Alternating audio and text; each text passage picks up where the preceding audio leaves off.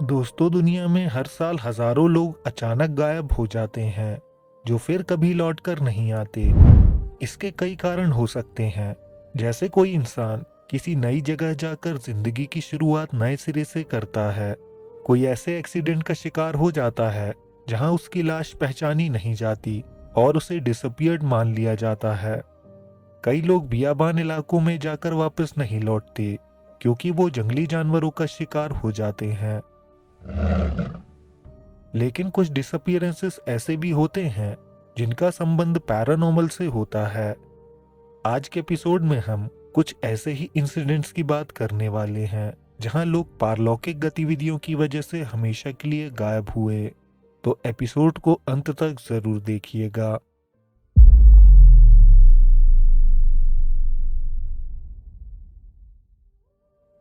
नवंबर 1878 की एक सर्द शाम, क्विंची, इलिनॉइस, यूनाइटेड स्टेट्स। चार्ल्स एशमोर नाम का एक 16 वर्षीय लड़का हाथ में बकेट लिए अपने घर से बाहर एक वेल से पानी भरने गया। उसके वापस ना लौटने पर उसके पिता और बहन हाथ में लैंटर्न लिए उसकी खोज में निकले। बर्फ गिर रही थी और चार्ल्स के फुटप्रिंट्स साफ देखे जा सकते थे, लेकिन वेल के रास्ते पर बीच में ही वो फुटप्रिंट्स की ट्रेल आकर खत्म हो गई। ना कोई स्लिप का निशान था, ना ही घसीटे जाने का। अब वो दोनों दौड़कर वेल तक गए, इस उम्मीद में कि शायद किसी तरह वो कुएं में गिर गया होगा, लेकिन वेल में कोई नहीं था।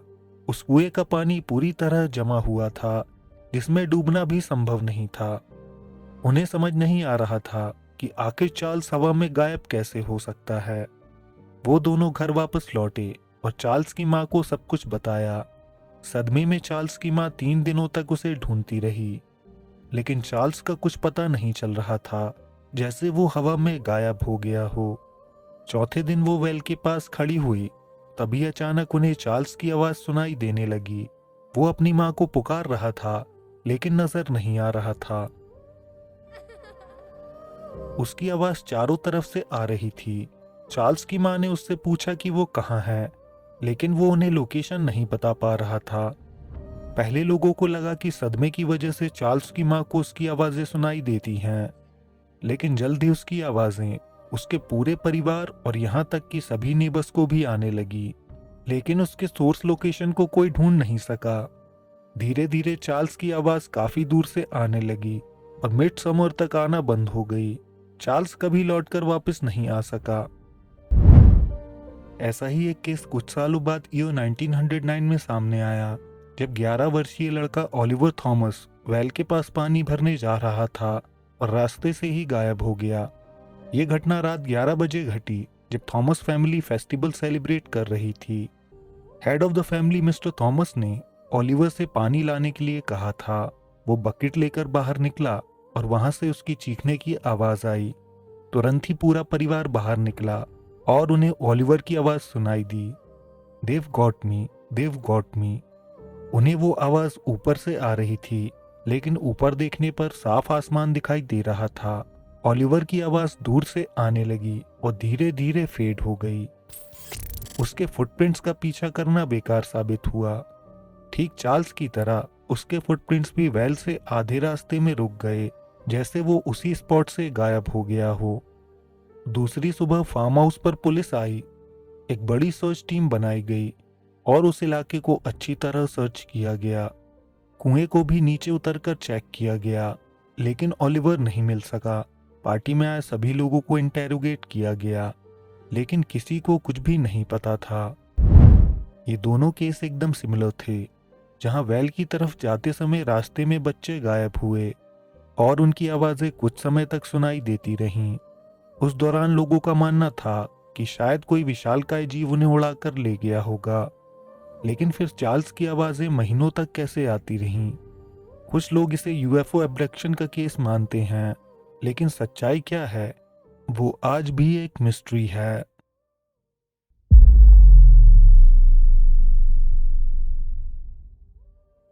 जो लाबेल कनाडा के नैनवर टेरिटरी में रहने वाले एक फर ट्रैपर थे, जिन्हें कनाडा के हार्श वेदर में रहने की आदत थी। उस इलाके में मौजूद बियाबान इंडिजिनियस सेटलमेंट्स में आना जाना उनके लिए आम बात थी। क्योंकि काम के सिलसिले में वो अक्सर बाहर घूमते थे। नवंबर 1930 की एक सर्द रात भी लबेल ने सोचा कि वो लेक एंजिक्यूनी के पास मौजूद गांव में रात बिताएंगे और सुबह होते ही वापस चले जाएंगे, क्योंकि वो पहले भी इस गांव में रुक चुके थे और वहां के विलेजर्स काफी फ्रेंडली थे। उस गांव में लगभग 50 लोग रहते थे। गांव में एंटर होते ही लबेल को समझ आ गया कि कुछ गड़बड़ जरूर है। विलेज में पूरा सन्नाटा छाया हुआ था। उनकी नजर आग पर पड़ी जिसमें मांस पक रहा था, लेकिन वहां कोई आदमी नहीं था। घरों के अंदर सारा सामान मौजूद था, लेकिन पूरे गांव में एक भी व्यक्ति नहीं था। आसपास के माहौल से साफ था कि कुछ ही मिनटों पहले सारे गांव वाले वहां से गायब हुए हैं, लेकिन ताजा गिरती बर्फ में एक भी पैर का निशान मौजूद नहीं था। लबेल को वहां रुकना सही नहीं लगा। वो आगे बढ़ गए। वो कुछ दूर मौजूद टेलीग्राफ ऑफिस पहुंचे और उन्होंने रॉयल कैनेडियन माउंटेड पुलिस को मैसेज भेजा कि उन्हें मदद की जरूरत है। जब पुलिस वहां पहुंची तो उन्होंने पूरे गांव को सर्च किया। उन्होंने न केवल लबेल की स्टोरी को कंफर्म किया, बल्कि खुद कई डिस्कवरीज की। पुलिस ने पाया कि गांव के ग्रेवयार्ड्स में भी सारी कब्रों को खोला गया और उनके अंदर से लाशों को निकाला गया। उस दौरान कब्र को दोबारा खोलना सिन माना जाता था और गांव वाले अपने परिजनों के साथ ऐसा करेंगे ये संभावना भी नजर नहीं आती थी। कुछ ही दूरी पर 7 स्लेड डॉग्स की लाशें पाई गईं, जो बर्फ में 12 फीट नीचे गड़ी हुई थीं। ये कुत्ते भूख से मरे थे, जबकि कुछ ही कदम दूरी पर मौजूद गांव खाने से भरा हुआ था। उन ग्रेव से लाशें क्यों निकाली गईं और वो गांव वाले अचानक कहां गायब हो गए, ये कभी पता नहीं चल सका। वापस लौटते समय पुलिस ने एमंड लॉरेन नाम के एक फर ट्रैपर से पूछा कि क्या उसने उस गांव में कुछ अजीब देखा, तो उसने पुलिस से कहा कि उसने एक अजीब से ऑब्जेक्ट को हवा में उड़ते देखा था। वो अपना आकार बदल रहा था और उस गांव की ओर बढ़ रहा था। अब इन्वेस्टिगेशन के दौरान पुलिस ने भी आसमान में कुछ अजीबोगरीब लाइट्स देखी थी जो पल्सेट कर रही थीं, और इससे पहले उन्होंने ऐसी लाइट्स कभी नहीं देखी थीं। इस घटना के बारे में सबसे पहले मैनिटोबा के ला पैन न्यूज़पेपर ने स्टोरी पब्लिश की। यो 1930 में जर्नलिस्ट एमिट ई केलर ने यह आर्टिकल लिखा था। इसके बाद ये स्टोरी अमेरिकन न्यूज़पेपर वर्जीनियस डैनविल में भी पब्लिश हुई, और फिर ये स्टोरी दुनिया भर के न्यूज़पेपर्स में रिपोर्ट की जाने लगी और सच्चाई से काफ़ी दूर होती गई। यहाँ तक कि एक न्यूज़पेपर ने गायब हुए लोगों की संख्या हजारों में बता दी, जबकि उस विलेज में सिर्फ 50 मेंबर्स ही रहते थे। अब इस केस की छानबीन करके अमेरिकन राइटर और ब्रॉडकास्टर फ्रैंक एडवर्ड्स ने अपनी बुक स्ट्रेंजर देन साइंस में ये स्टोरी पब्लिश की। न्यूज़पेपर्स की गलत खबरों के चलते लोग इस केस को फेक साबित करना चाहते थे। कंट्रोवर्सी के चलते रॉयल कैनेडियन माउंटेड पुलिस ने खुद को केस से दूर करने के लिए ईयर 2005 में अपनी वेबसाइट में स्टेटमेंट रिलीज किया कि वो किस्सा तो सच ही नहीं था, वो एक अर्बन लेजेंड था जिससे उनका कोई संबंध नहीं। उन्होंने कहा कि ऐसा कोई गांव उस इलाके में मौजूद ही नहीं था, लेकिन सच तो ये था कि नवंबर 1930 में मैनिटोबा न्यूज़पेपर में सभी सोर्सेस के बयान के साथ स्टोरी पब्लिश की गई थी। इसके बाद डैनविल बी में भी इसे पब्लिश किया गया और निश्चित ही वहां एक गांव मौजूद था। इतना ही नहीं, जब 1930 में पब्लिक ने पुलिस से इसके बारे में जानकारी मांगी थी, तब 1931 में रॉयल कैनेडियन माउंटेड पुलिस के सर्जन जे नेल्सन ने इंटरनल रिपोर्ट फाइल की और उसे पब्लिकली रिलीज किया था। अब ये मिस्ट्री और भी बड़ी हो गई कि आखिर कैनेडियन पुलिस इस केस को पब्लिक से क्यों छुपाना चाहती थी, जबकि केस के डिटेल्स पहले ही वेरीफाई किए जा चुके थे। आखिर वो अजीबोगरीब रोशनियां क्या थीं और क्या उससे इस केस का कोई संबंध था? ऐसा क्या था जिसे पुलिस छुपाने की कोशिश कर रही थी? ये सारे सवाल एक अनसुलझी पहेली हैं।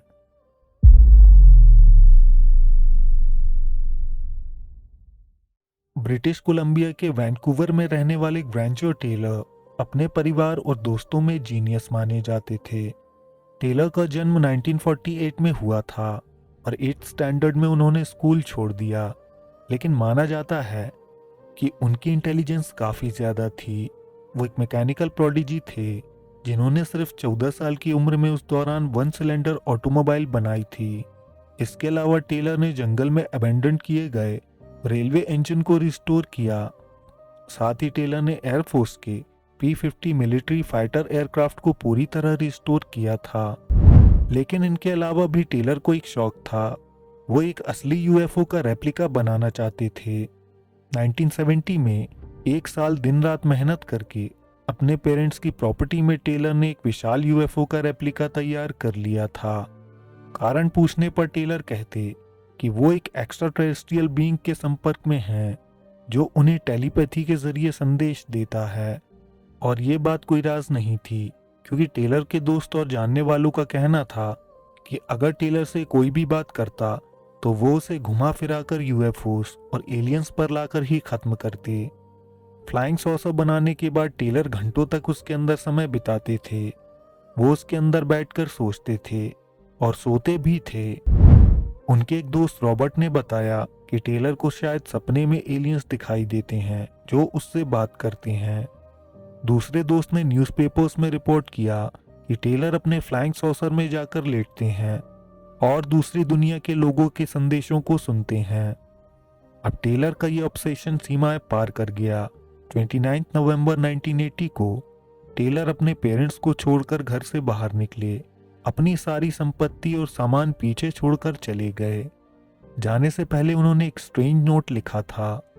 उसमें लिखा था कि वो जिन एंटिटीज के संपर्क में हैं, उन्होंने टेलर को ब्रह्मांड की सैर करवाने का ऑफर दिया है। उन्होंने लिखा, चिंता की जरूरत नहीं है क्योंकि ये एक्सपीडिशन 42 मंथ्स का है और इसके बाद वो वापस आ जाएंगे। इसी दौरान टेलर ने अपनी विल में भी कुछ एडिट किया था। उन्होंने डेथ वर्ड को हटाकर वहां डिपार्चर लिख दिया। नोट के पीछे टेलर ने वाटरलू माउंटेन का कॉन्टूर मैप बनाया था जो उनके घर से थोड़ी ही दूरी पर मौजूद था। इस मैप का क्या मकसद था, ये भी एक रहस्य ही रह गया, क्योंकि टेलर 42 महीनों के बाद भी वापस नहीं लौटे। टेलर के परिवार और पुलिस ने महीनों तक टेलर को ढूंढा, लेकिन उनका कोई सुराग हाथ नहीं लगा। टेलर ने जाते समय घर में $10,000 भी छोड़े थे। अगर उन्हें कहीं और जाकर नया जीवन शुरू करना होता तो उस जमाने में $10,000 एक बहुत बड़ी रकम थी। वो उन्हें छोड़कर नहीं जा सकते थे।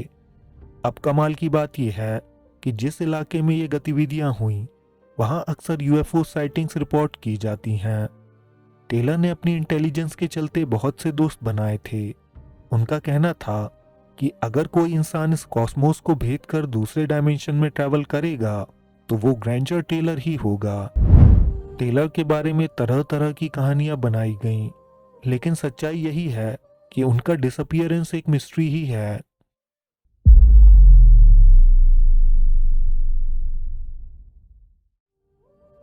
जुलाई 1958 आरसीएस मेलेनेशियन पैसिफिक ओशन में सोलोमन आइलैंड की ट्रिप पर निकली।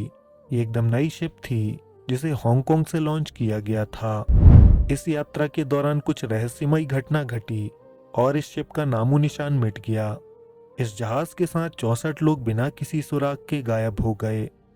इस शिप से कोई डिस्ट्रेस कॉल नहीं आया, ना ही वेदर कंडीशंस ऐसी थीं कि कोई भी दुर्घटना घट सके।